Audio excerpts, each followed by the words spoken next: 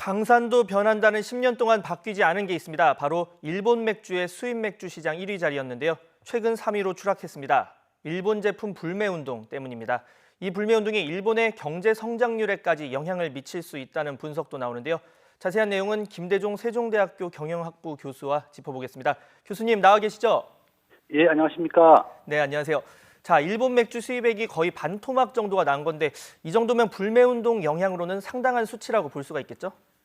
예, 그렇습니다. 엄청나게 큰 타격을 받고 있는데요. 수입량은 약 한 98% 정도 감소를 했고요. 수입액 금액으로는 한 50% 감소했습니다. 수입액은 이제 기존에 재고 물량이 있었던 것 때문에 한 50% 감소했지만 최근에 수입량은 거의 98% 감소했는 이유가 지금 동네 주변 마트에서는 전부 다 거의 다 사라졌거든요. 과거에는 일본 맥주가 점유율을 거의 1등 정도 했지만 지금은 벨기에나 중국 순으로 다 대체가 되었고 또 소비자들이 가장 쉽게 접하는 것이 바로 맥주였습니다. 그래서 가장 크게 감소한 것으로 보입니다.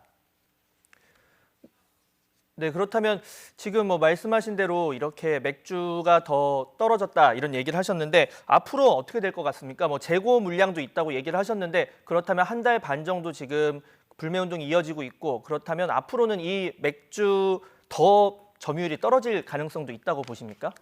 예, 당연히 그렇습니다. 지금 현재 재고 남은 게 있기 때문에 이제 일본 맥주가 좀 아직도 좀 남은 게 있지만 수입량은 거의 98%나 감소했기 때문에 이런 불매 운동이 계속 지속된다 그러면 일본 맥주는 한국에서 거의 판매가 되지 않을 것으로 보이고요.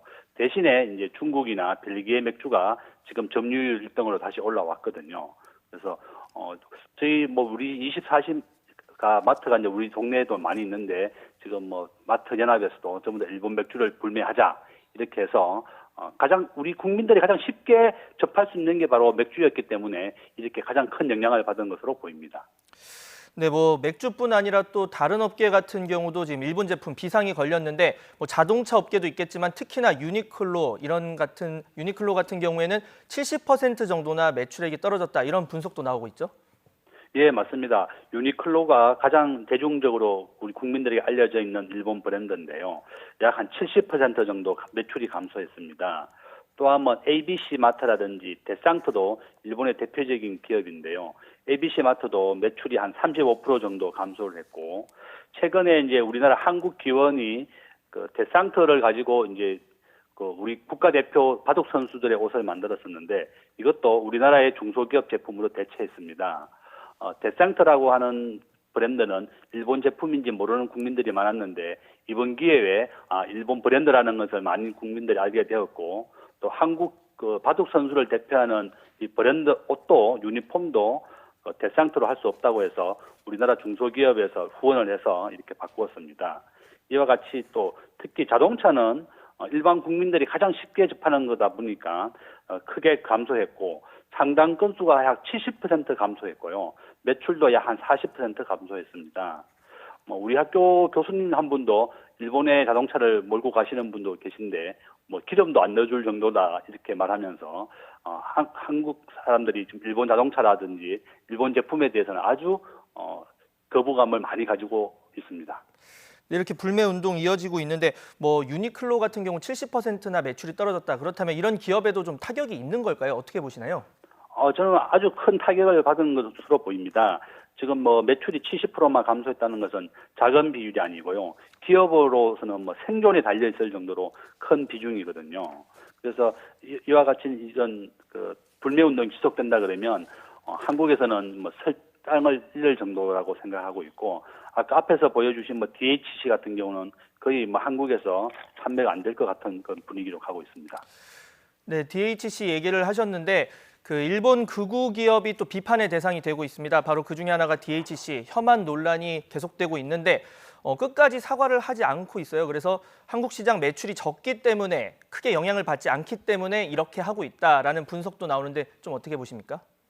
예, 맞습니다. DHC라고 하는 그 기업은 화장품과 건강보조식품을 파는 기업인데요. 작년 말 기준으로 매출액이 약 1조 원이 넘습니다. 이 DHC 회장이 요시다 요시아키라고 하는 극우 성향의 이제 기업인이 회장으로 있는데요. 이분이 과거에도 한국 이는 일본에 나쁜 영향을 주니까 모국으로 돌아가라. 이렇게 아주 극단적인 발언까지 많이 했던 사람이고, DHC가 운영하고 있는 DHC TV가 지금 현재 극우 방송을 하면서 극우적인 인사들을 동원해서 한국을 계속 비난하고 있습니다. 작년 말 기준으로 한국에서 매출액은 한 500억 정도밖에 안 되니까 자기들 이 매출액 1조 원에 비해서는 아주 작다고 생각해서 이렇게 사과도 하지 아니하고 극단적인 얘기를 계속하고 있는데요.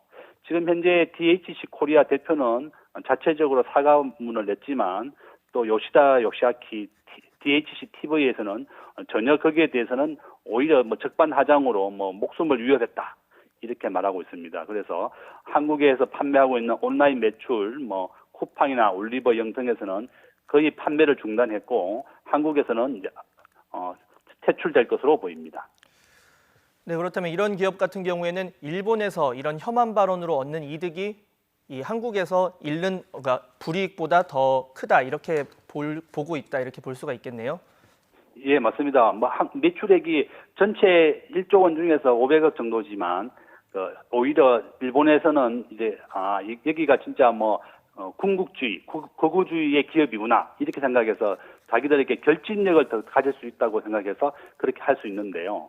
만약에 한국에서도 이렇게 완전히 거의 퇴출이 되고 한국인들이 불매 운동을 더 지속된다 그러면 전 세계에서도 많은 나라에서도 오히려 이 DHC라는 기업이 군국주의나 극우적인 기업이라서 오히려 안 좋구나 이렇게 알려질 가능성이 있습니다. 그래서 저는 지속적으로 퇴출할 수 있도록 우리가 해야 될 것으로 보입니다.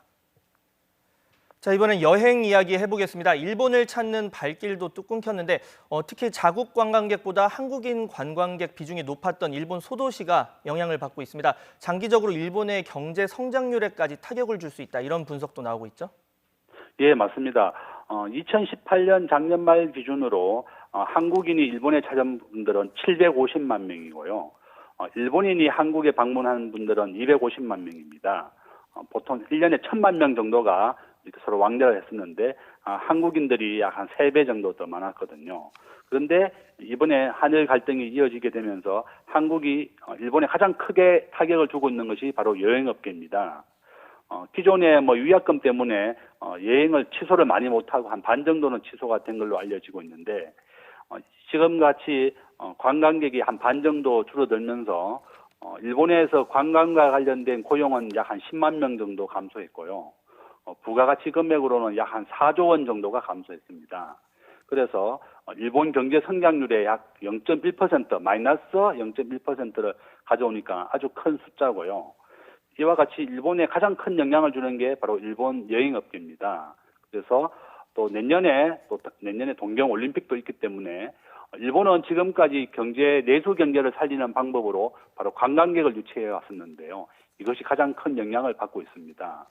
또한 일본은 전체 경제에서 내수가 차지하는 비중은 75%나 되고 대외 무역이나 수출에 의존하는 비율은 25%밖에 안 됩니다.